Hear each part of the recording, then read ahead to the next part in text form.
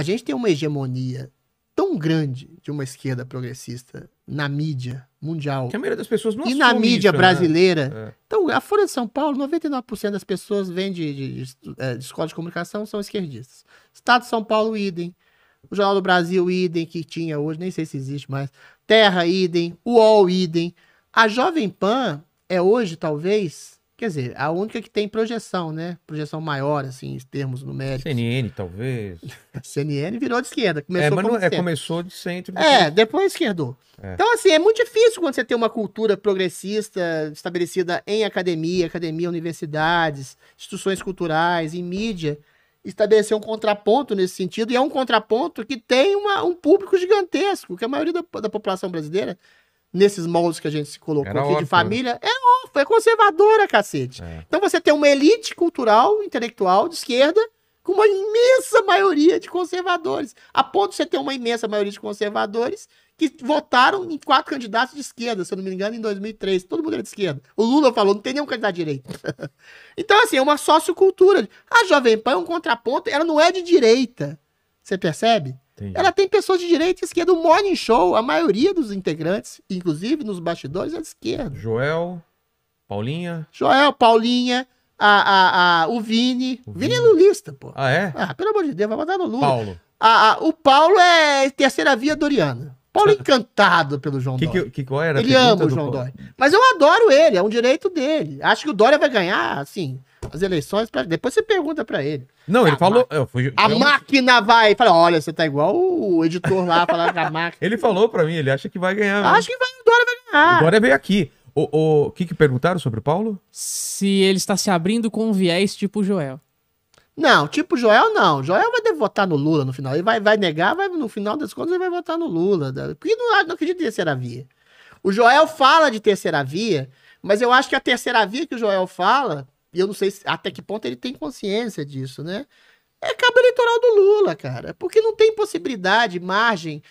Você tem 1/3 da população alinhada com o Lula que, depois da soltura dele pelo STF, saiu inclusive do armário, que esse petista aguerrido agora pode sair e dizer, tá vendo, ó, meu candidato foi injustiçado, que é o mal do STF fez, né? Meu candidato foi injustiçado. Aquele demônio do Moro trancafiou o Lula, um homem que roubou dezenas de bilhões, como um Marte terrível que foi. Aí você tem um texto também que é engraçado isso, né? Que se o Bolsonaro matar a mãe, vota no Bolsonaro.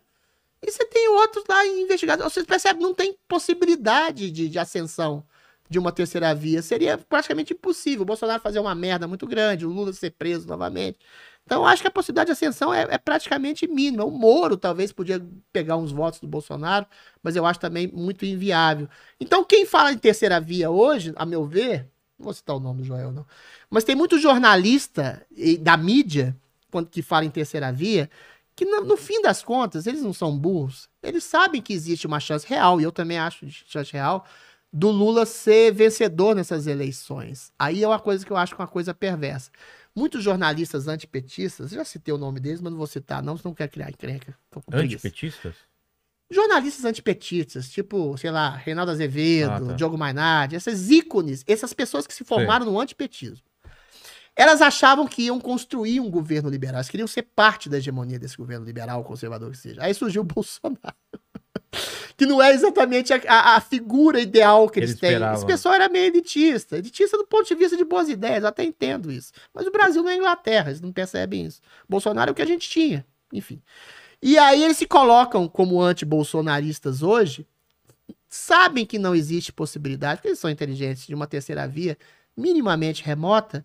Eles querem, no fundo, Vilela, que o Lula seja eleito. Por quê? Mas aí eu acho que é perverso. Não é pelo bem do país, é pelo bem deles. Porque todos esses jornalistas que se criaram no antipetismo, pega o engajamento social dele nas redes sociais. Caiu. É quase nenhum. Quem lê essas pessoas? Sei lá, se a China, grandes bilionários que sustentam esses movimentos, globalistas, etc. Eles não têm reverberação praticamente nenhuma. Não vou citar nomes aqui que todo mundo sabe quem são. Que eram grandes expoentes do jornalismo. E agora surgiu no governo Bolsonaro outros expoentes, outros jornalistas, gente blogueiro, gente que veio à tona, assim, desse fenômeno, e que tem 10, 20, 30, 40 vezes mais ressonância. Então é por questão de vaidade. Porque eles sabem, se o Lula ganhar, eles voltam ser a ficar no antipetista. Olimpo do antipetismo no dia seguinte. Eles se tornarão, percebe? Oposição ao primeiro dia do Lula, só que eles terão oposição com muito mais holofotes do que eles jamais tiveram ou jamais terão no governo do Bolsonaro. Então é assim uma coisa de narcisismo, de vaidade. É de ego. Terceira via, praticamente, quem que vai ser a terceira via? O João Dória, se você conversa com qualquer motorista de Uber aqui, tem que estar batendo o João Dória, coitado. Nem a mãe do João Dória vota nele. O Eduardo Leite pode ser que tenha uma ascensão, é um menino desconhecido, Ciro. gay. O Ciro Gomes, assim, o Ciro Gomes já estava com a Bíblia. Ele não sabe nem o público que ele tem. A Bíblia é igual à Constituição. Primeiro que a Constituição é uma bosta, porra. Tá querendo amealhar eleitorado conservador, falando mal do Lula. Conversa fiada. O Ciro Gomes fez parte do governo Lula, foi ministro 2 vezes. Primeiro momento que o Lula tiver no segundo turno, eventualmente, com o Bolsonaro, ele vai se alinhar com o Lula, vai se ajustar ao Lula. O Ciro Gomes é Lula. É uma esquerda mais bem apessoada, como era uma esquerda mais bem apessoada do PSDB, desse teatro de tesouras, em relação ao PT, que eventualmente vai se circundar do PT no eventual governo do Lula, assim como o PSDB. Por que você acha que o Fernando Henrique faz toda semana um elogio ao Lula? Não, entre o Bolsonaro e o Lula eu sou Lula. Entre o Bolsonaro e o Lula eu sou Lula. Tem um candidato dele lá, do Dória, que ele praticamente nunca nem cita o nome. Porque ele sabe que a única possibilidade do PSDB, que é um partido sem identidade, a direita que acolhia o PSDB hoje é do Bolsonaro. A esquerda que nunca acolheu o PSDB tá com o PT. Não tem ninguém, não tem voto. O PSDB não tem voto, não teve voto no Alckmin, não vai ter voto no meio do caminho. nenhum agora. Então ele sabe que a única possibilidade de reerguimento do PSDB é no eventual governo Lula. Como ministério, ele vai ter os sonhos. O PT, o PSDB, unindo no segundo turno contra o Bolsonaro, no eventual governo Lula. Então o governo Lula faz bem pro establishment, faz bem pro jornalista, pra esse jornalista antipetista, faz bem, de certa forma, pro establishment corrupto e pro próprio partido que estava sufocado como PSDB. Vai fazer bem também pro Ciro Gomes, pra esses juntos da terceira via. Então esses terceira via, o que eles fazem? Ficam falando que o Bolsonaro é assassino, nazista, genocida, porque todos eles, de alguma forma, ainda que pela oposição, percebe?